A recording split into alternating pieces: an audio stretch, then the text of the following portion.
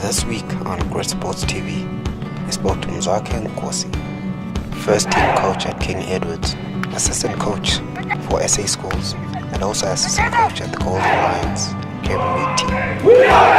Stay tuned for more. See, they say what matters most is what people say. Firstly, thanks to Great Sports for inviting me. I really appreciate it. Just sort of background from myself. I'm born and bred in Johannesburg, in the south of Johannesburg. I grew up in Diepkloof in Soweto. I've attended school my whole life in Johannesburg. I went to primary school in the south of Johannesburg. I went to King Edward the 7th school. Where I received a rugby bursary there, fortunately. So that enabled me to sort of get into the rugby fraternity, especially with all boys schools. So I think, so in that regard, I'm a born and bred Joster.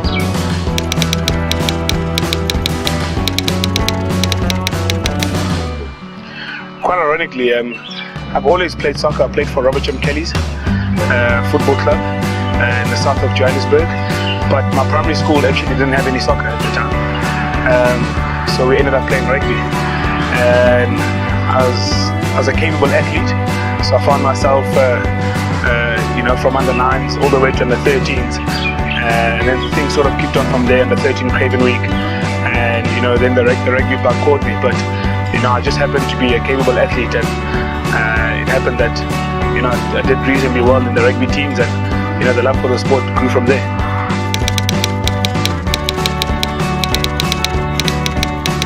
Yeah, I think after the age of 21, I think especially the way the age group is set up in South Africa, I think after that you need to come to a realization whether you're going to make it professionally or you're not going to make it professionally.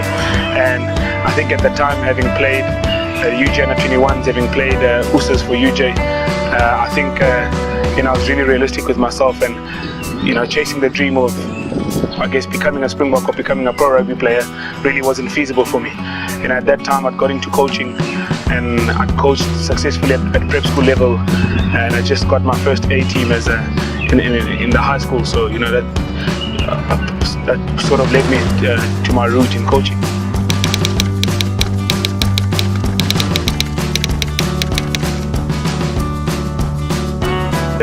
King Edward's played a massive role. I think its role can't be understated in my life and the way I am as a person. They've given me a whole variety of opportunities, particularly from an education point of view.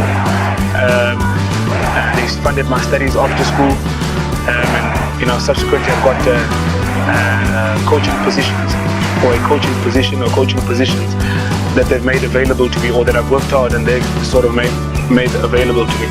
So in that regard, my alma mater has really looked after me from a point of development.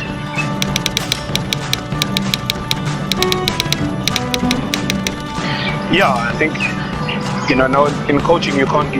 There's no ways you can go at it alone without learning any harsh lessons.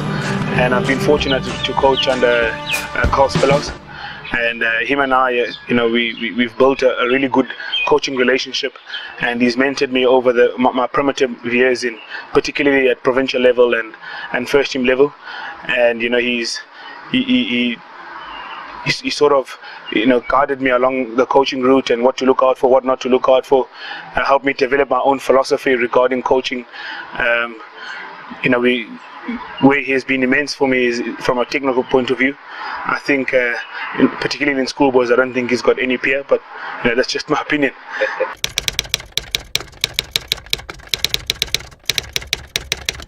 Yeah, I think there are pressures from a whole variety of sources. I'd be lying to you if I said at the back of my mind there isn't that thought that I'm one of 3 black coaches in the country who coach a well-known first side. There I mentioned Kennedy Tsimba, Pionam Loma, who used to coach at Selborne. So I'd be lying to you if I said it doesn't come with its own pressures, but one tries not to think about those type of things. But yeah, I'm really chuffed that we've done the right things this season.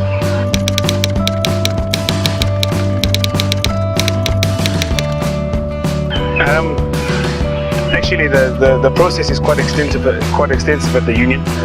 So what happened was I actually took an 16 academy team, and we did really well there, and then applications opened up for the Craven Week side, and then I sort of threw my name in the hat there, and thankfully I got the opportunity from the Golden Lions to coach the Craven Week, and then from there SA Rugby asked me to apply, or asked a whole variety of people to apply for the SA Schools job of assistant coach, and luckily, fortunately again,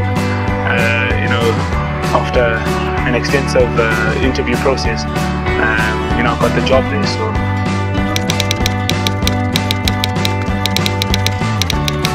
look, I think the difference between coaching at school level, there you have an opportunity to get to know the boys really well by virtue of that amount of time you spend with them in the pre-season, off-season.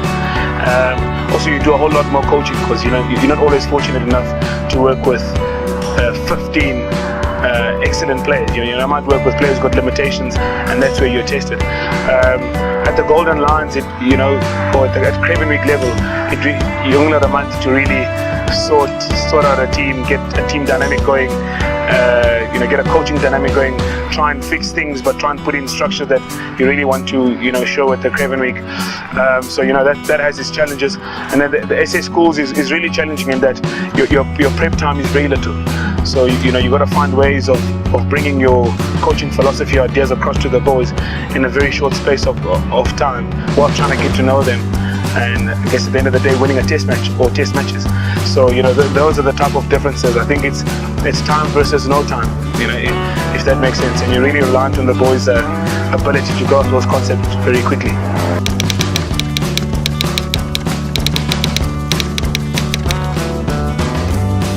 Yeah, I think one has to consider why you're in rugby. Are you in rugby because you really want to play, in rugby because you really love the game? And once you've answered that question for yourself, then if you really want to make it to whatever level, let's call it international level, there are a variety of avenues within which you can go about it. A good mate of mine, Rasta, was a nippy scrummer, but he had to find another way of getting to international level, and I think I'm the same. So you're not always going to make it by a player by virtue of your genes, by virtue of a coach not necessarily liking what you want, what you have to offer. So the one thing about coaching is a small part of it is in your hands. So as good as you are, as hard as you work, to some extent you're going to reap those rewards, versus as hard as you can work as a player, sometimes it might not necessarily pan out for you. There can only be 23 guys who wear the Mzwakhe jersey on a Saturday, versus the thousands of people who want to play rugby. So that's youngsters out there have got to understand the reality. Not to say that they shouldn't be determined to get there, but one also has to be a realist.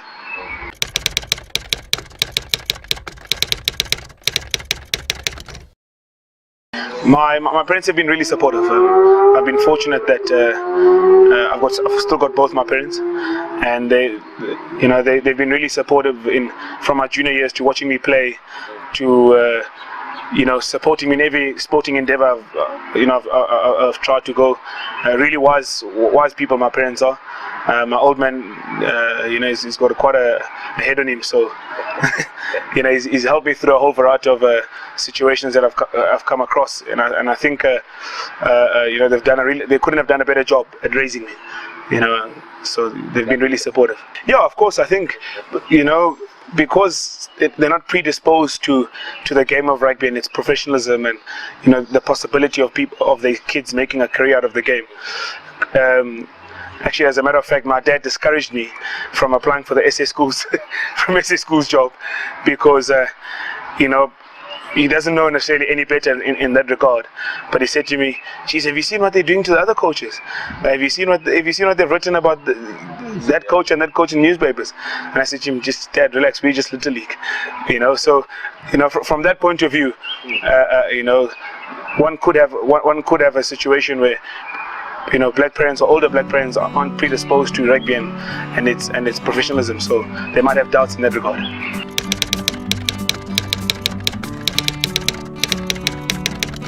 Yeah, I think considering where the Springboks were last year to where they are now, I think if you'd said to the Springbok supporters and Alistair Coetzee, take a 3-0 series and run, you'd have taken it at the beginning.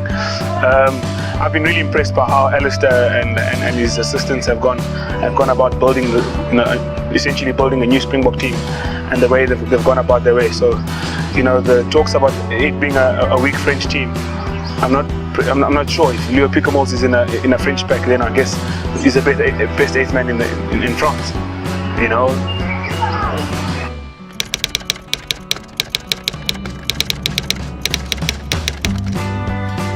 That New Zealand have done, which I don't think as South Africans we did in 2009, is really take the whole series in as a whole. I compare the crowds that attended in 2009, the midweek games versus the New Zealanders. I think they went out in full force and supported the tour. With regards to the on-field play, I think the All Blacks, in my opinion, really went into their shell. I would have liked to have seen them play a little bit more rugby. But then again, kudos to Warren Gatland and Andy Farrell, the defence coach. They managed to keep them quiet for 2 tests, which is an achievement considering the All Blacks have only lost under Steve Hansen 5 tests. I think it's something like 72 tests. So they really did their homework there. But I think the All Blacks let themselves down by not playing rugby. They went too direct, in my opinion. But then again, that is just my opinion.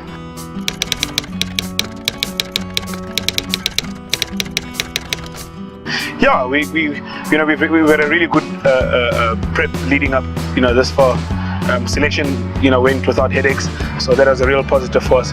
We got a good coaching dynamic, myself and Carl Spalas and Reg Hammond in terms of the coaches. So we're going to camp actually tomorrow for a week for the, hopefully we can add a little bit of detail so that by the time next week Monday comes, we're ready to take on board.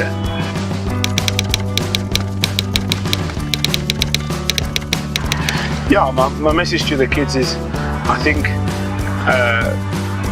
the first one is try and get a quality education. We've seen the stats. Your marketability as an educated person is a whole lot higher than the guy who's not educated. And then I think one's just got to be true to themselves. It's difficult. Life throws a whole variety of challenges towards you, and if you're true to yourself, you've got really quality values. I think, in my opinion, you'll get through this life thing not too shabby. But life is a difficult thing, so it's important to be positive. Important to have a good support structure around you, and make memories, man. You only get one shot at this thing, so you got to give it your best shot.